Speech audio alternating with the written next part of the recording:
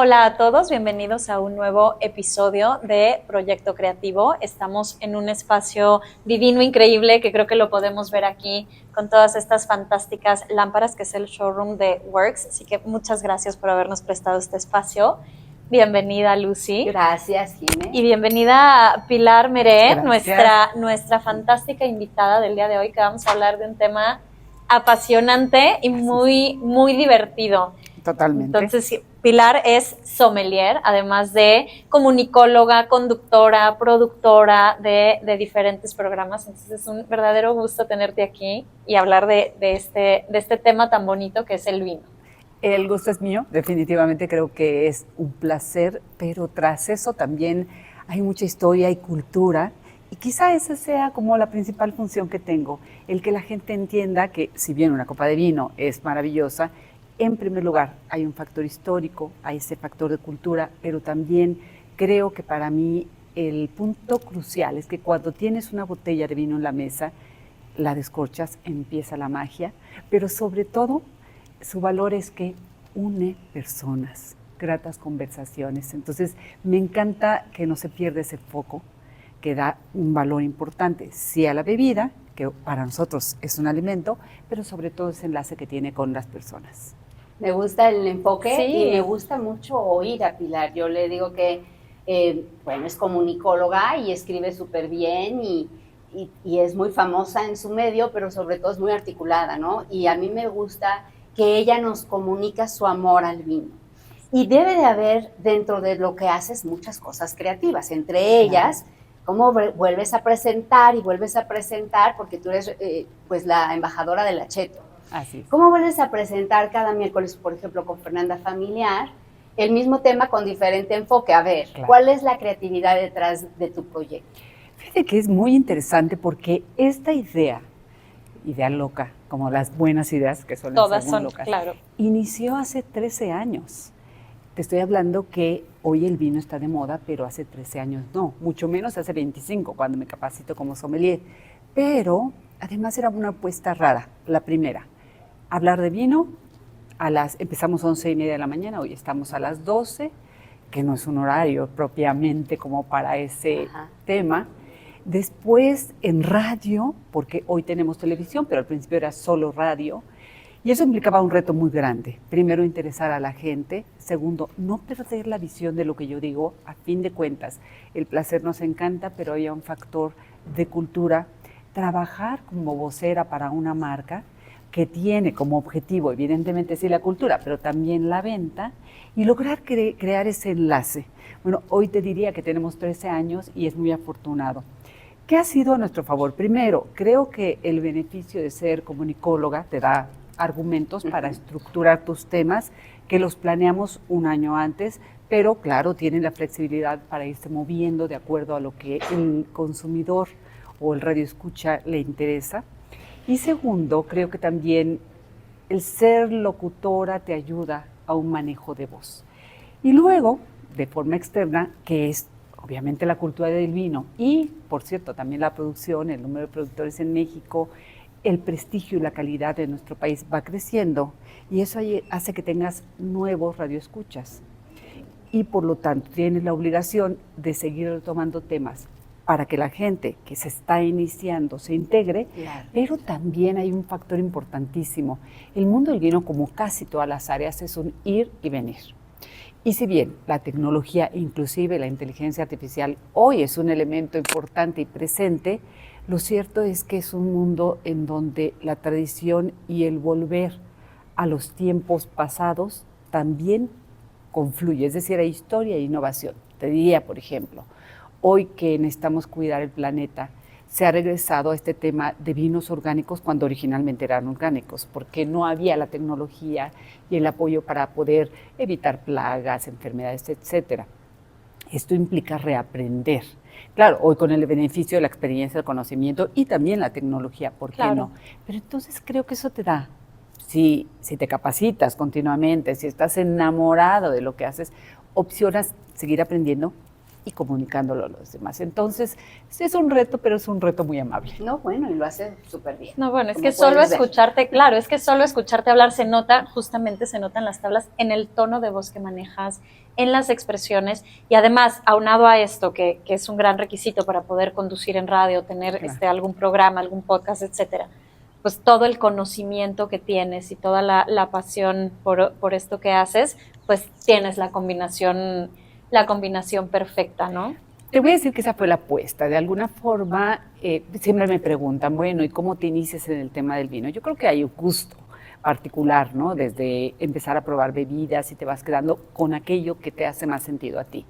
Pero en realidad creo, y esto es algo que yo diría que la gente que estudiamos comunicación, que tenemos como enfoque académico, es si yo quiero ser una buena comunicadora, una buena periodista, tengo que estar informada. No se trata simplemente de improvisar o porque está de moda. Entonces, cuando tomo la decisión, lo hago, uno, porque me quedo sin chamba. Porque trabajaba yo en un área política, ya sabes, esto es así, primera vez que me quedo sin chamba y digo, ¿ahora qué hago? Ya había estudiado muchas áreas relacionadas con comunicación, pero piensas entonces en la posibilidad de diversificarte un poco. Y entonces dije, ¿dónde? Que me encanta a mí. ¿Dónde puede haber un factor de oportunidad? Y justo estaba en todo el área de vino y de bebidas y en la comida. Estoy hablando del año 2000, en donde era difícil hablar del tema porque no era importante. Y fue una decisión muy pensada. Decir, bueno, yo me quiero capacitar, quiero ser sommelier y estudiar todo lo que tenga que ver con eso, al igual, evidentemente, del tema de gastronomía, por el enlace que hay con las bebidas, y solo puedo hacerlo si me capacito. En realidad creo que así surgió, de una decisión muy pensada, que me encanta, que la apuesta ha sido buena, que hoy se ha puesto de moda, pero... Que tienes el talento o Claro. la facilidad, la verdad. Y hay que trabajarla, porque Sí. creo, por ejemplo, en el terreno del vino, luego la gente, ser catador no es improvisar, hay que estudiar, No. y hay que estudiar mucho. Tienes que estudiar desde geografía vitivinícola, denominaciones de origen, uvas, procesos, etcétera. Entonces, debes de saber teóricamente qué está pasando, pero eso se lleva a los sentidos, de la vista, del olfato, del gusto, del tacto. Y tal vez tengas una predisposición innata para poder ser un buen catador. Pero lo cierto es que como todo en la vida se trabaja, a lo mejor la tienes, una habilidad, pero se trabaja. Sí, y por la única supuesto. manera de trabajarla es con ese estudio previo, con un catar constante que es diferente de beber. Catamos y en terrenos profesionales escupimos. Y desde luego ir creciendo tus memorias visual, olfativa, gustativa y táctil para entonces ser un buen catador. Entonces te fijas, no es un trabajo simple, no es un trabajo improvisado, vale la pena sí, porque al final del día tienes también una función muy importante. En mi caso, la de promover la cultura del vino y otras bebidas, pero también para aquel que se encuentra trabajando, fíjate, en una bodega, en una tienda, en un restaurante, la gente está depositando su confianza en un universo que es difícil para poder elegir una botella que a lo mejor pueda ser económica o carísima y lograr llenar sus expectativas en función a veces solo del paladar. Es que qué complejo es esto, ¿no? Y involucrar los sentidos, como dices, no, a mí no me parece un trabajo sencillo ser catador o ser sommelier, Nada sencillo. porque es aprender a diferenciar sabores, texturas, a ser muy consciente de tu propio cuerpo, de tu propio sentir, de lo que estás, y definitivamente no es lo mismo catar que beber. Beber No. Es bebo delicioso. porque me gusta, y entonces, Claro. pero sin una conciencia en realidad. Claro. Y catar es poner todos tus sentidos y tus conocimientos. Sí. Claro. Y sabiendo además que como en las ciencias sociales hay un entorno humano, que eso te permite tener cierto margen de error. ¿Cómo lo logras, además de todo lo que mencioné, con un método? Entonces hay que ser súper estricto. Cuando yo escucho, voy a decir una barbaridad, pero cuando yo escucho a alguien que en una cata la está dirigiendo, y tú sabes que al dirigir también puedes manipular, dices que a mí me recuerda como el closet de mi abuelita en invierno. O sea, ¿eso qué le dice a la gente? Nada, Absolutamente nada. Y no hay que olvidar que en este catar, pero comunicar, está buscar los enlaces, no que a ti te parecen, los enlaces con tu audiencia. Que te conectan, porque además Así yo estoy contigo porque me vas a enseñar a descubrir cosas que yo no conozco. El trasfondo de, por ejemplo, el aroma, para mí siempre así que huele a tierra o huele a cereza. No, huele a higo. Y dices, ¿será? No sé, ¿no? Claro. Yo no sé muy bien a qué huele, sé que huele a vino, pues. Y es bueno que tú me enseñes a conectar con esa parte del olfato, que es un sentido increíblemente primitivo y que no practicamos con una conciencia, ¿no? Vamos por la vida oliendo, pero sin ninguna enseñanza, digamos. Y estás diciendo algo muy importante porque es un sentido primitivo, pero es el más importante de nuestros sentidos. Claro. Porque a fin de cuentas, por ejemplo, en gusto, tú tienes capacidad de reconocer 4 sabores, quinto con el umami, pero nada más. En realidad, cuando nosotros damos a ese sabor una amplitud más grande, es por ese sentido, por esa relación con el olfato. El olfato tiene que ver con un tema de ubicación, incluso directo al cerebro, con un asunto de conexiones, incluso con las otras personas a través de las feromonas, que no es solo un tema sexual, que está involucrado en un tema de comunicación, y que a fin de cuentas lo que nosotros hacemos al percibir un aroma que nos genera emociones, pensamientos, recuerdos, es crear una asociación. Porque en forma estricta, cuando alguien te dice, es que en este vino encontramos higo, en realidad la referencia real es un elemento químico, pero tienes que traducirlo a algo que todos podemos entender. Claro. Exactamente. Pero yo siempre he dicho que esa quizá no sea la parte más, es la parte que más enamora, pero no es la parte más importante. Porque en realidad lo que estamos buscando sí es una nariz muy expresiva y que te remita, pero más que enamorarte es que te remita a la tipicidad de cada variedad de uva. Que eso además está perfectamente estudiado. Tú te puedes ir a un libro y encontrar que la Cabernet Sauvignon, entre su espectro aromático, te puede recordar tierra húmeda, mentoles, pimienta rosa, etcétera, que además va a estar involucrado en dónde está plantada esa Cabernet Sauvignon, claro. Y qué edad tienen los viñedos, o sea, una serie de cosas. Pero lo que buscamos es eso, que exista congruencia. Al final del día yo te diría, en un vino, la calidad, más allá de un lenguaje florido o de encontrar por parte de un sommelier 50 aromas, en realidad tiene que ver con congruencia.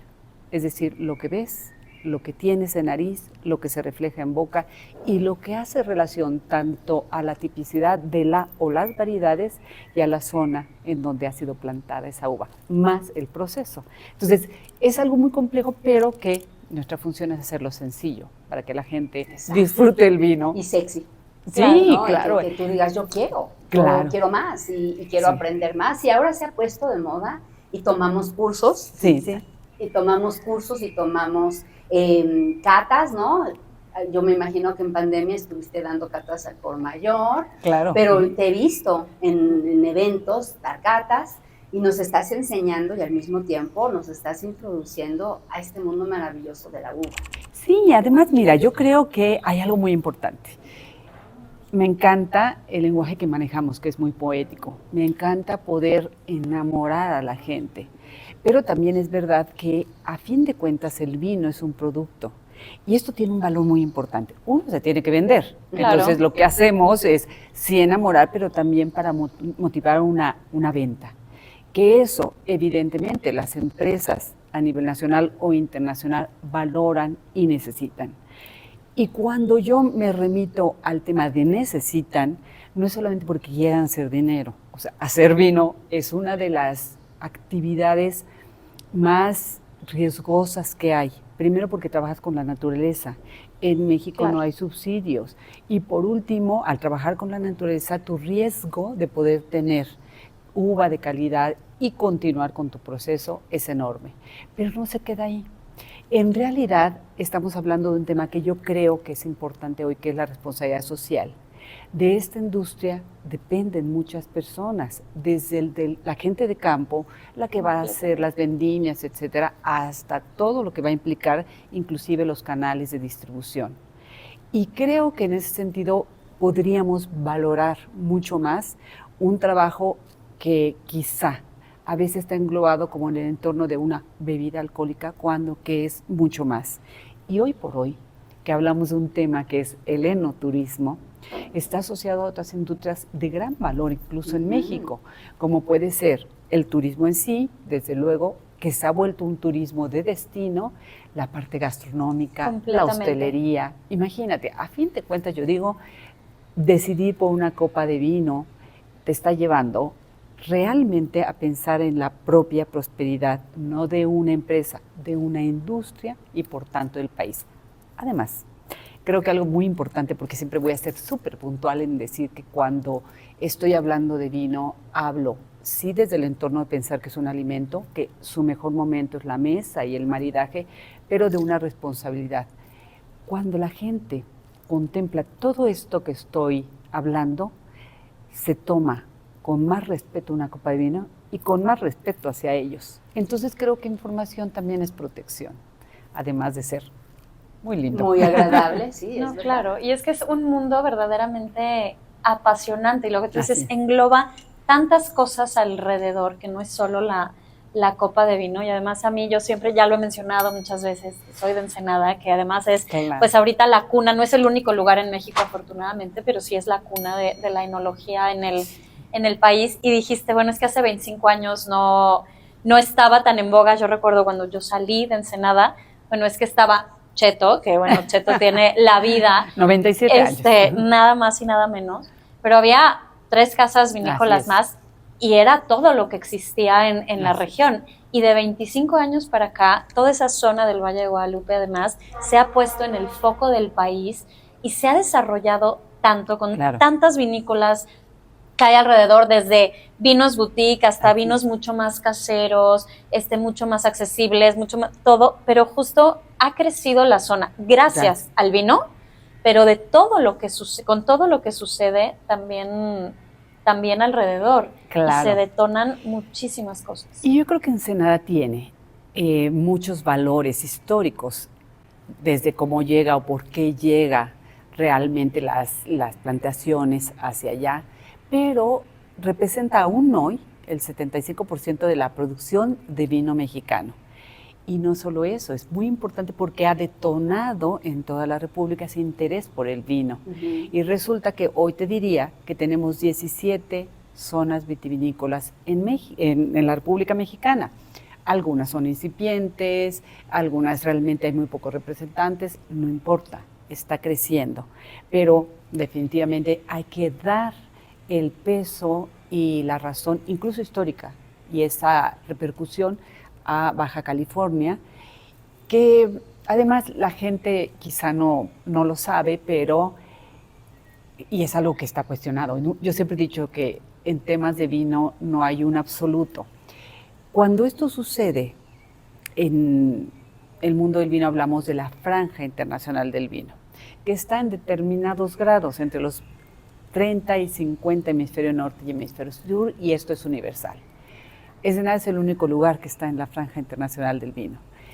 Digo que no es absoluto porque evidentemente con cambio climático estamos viendo muchas cosas, con la tecnología, con la experiencia y el conocimiento, incluso en el campo, con este interés y este conocimiento y demanda que está teniendo la gente, las cosas se están moviendo, pero sí hay que saber que Ensenada, o sea, hay una razón real, no es porque puro caprichito, no, desde histórica hasta real.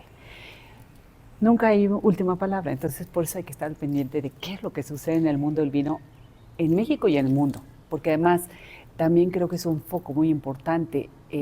Decíamos en el año 2000 que esto iniciaba, más o menos en 2004 había entre 10 y 12 bodegas, nada más. Hoy tenemos presencia en el mundo, ya estamos en la Guía Peñín, ya la gente nos ve. Ya, sí. ¿Falta mucho por hacer? Sí, muchísimo. Y esa es una invitación definitivamente a hacia el consumidor y el consumidor responsable, porque cuando hablamos de este tema, consumo per cápita, es universal, no es nada más de México. México es un país muy bendecido porque tú puedes encontrar vino de cualquier parte del mundo aquí en México y disfrutarlo. Esa no es una constante en todos los países, pero en México sí. Y resulta que a pesar de eso, nuestro consumo per cápita, que ha crecido muchísimo, exponencialmente, resulta que consumimos más o menos un promedio de botella y media cada persona que pueda beber, claro está, al año.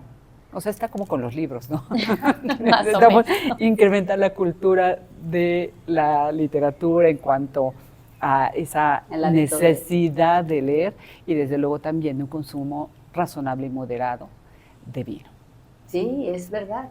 Bueno, Pilar, y se nos acaba el tiempo, pero no queremos que nos vayamos sin primero preguntarte dónde se te puede encontrar y también cuál es tu diferenciación, porque competencia hay en todos lados. Sí. Hay muchas personas que hacen lo que haces tú, pero definitivamente tú te distingues y queremos saber por qué. Hay varias razones, sí, definitivamente. La primera es esto, yo creo que todo parte de una decisión original que nunca termina, es decir, yo me sigo capacitando, sigo aprendiendo, no solo en tema de vino, bebidas, gastronomía, sino en temas de comunicación. Y ahora mismo sigo estudiando, estoy estudiando una certificación internacional de consultoría profesional, porque eso soy, pero siempre hay que mantenerse, obviamente, y creo que esa es una ventaja competitiva. La segunda, todos estos años te enseñan muchísimo, y aunque hoy, y bendito Dios, la juventud, que no es un valor, es una circunstancia, es lo que está en boga, creo que la experiencia nos da un valor, 100%. Un conocimiento, un equilibrio entre lo que puede ser. A ver, yo puedo decir así muy fascinantemente que sí, me tocó el mundo cuando no había celulares, no había computadoras, lo que había realmente era inmanejable para las personas en particular, era sobre algunas empresas, y me ha tocado ver mucho y muchos cambios que me enseñan y acepto, pero esto nos da una dimensión diferente y un parámetro de evaluación. Entonces creo que es eso. Por otro lado es no solo seguirte capacitando en esto, sino en todos los elementos que van a hacer que seas o que busques la excelencia. Entonces, sí, creo que ese es mi elemento diferenciador y el buscar hacerlo con pasión, con amor, con profesionalismo. Y por eso estoy en todas las redes sociales. Tengo un podcast que se llama PM por PM, Pasiones Mundanas por Pilar Meré, que lo dejé descansar un poquito después de la pandemia, que fue así como un exceso, pero ahí estamos nuevamente. Y que desde luego seguiré fortalecer esta otra parte que además siento que es vital. En este crecimiento de la moda, del vino y demás, creo que regresar un poquito a lo básico es importante, es decir, esa consultoría que puedo dar en comunicación, en mercadotecnia, en propia materia del vino, es lo que verán muy pronto. Eso, me gusta. Pues muy bien, sí, síganla y escúchenla porque sigues con Fernanda Familiar también. Sigo con Fernanda Familiar, estoy en Enfoque Noticias con Alicia Salgado, un noticiero, todos los viernes desde hace 8 años, escribo para varias revistas y tengo la fortuna y me siento muy afortunada, como decía, y agradecida que me inviten a este tipo de programas en donde puedes hablar un poco más acerca de la importancia de lo que haces y contagiar a la gente de ese amor y pasión. No, estamos encantados, de verdad es un placer escucharte, hablar y cómo transmites tu pasión con tanta calma también, que de verdad es un deleite escucharte hablar de todo esto. Muchísimas gracias por habernos acompañado en este episodio. Gracias Pilar Meré, gracias Jime, y esta es, una vez más, un proyecto creativo del que puedes aprender y que puedes inspirar. Gracias, nos vemos hasta la próxima.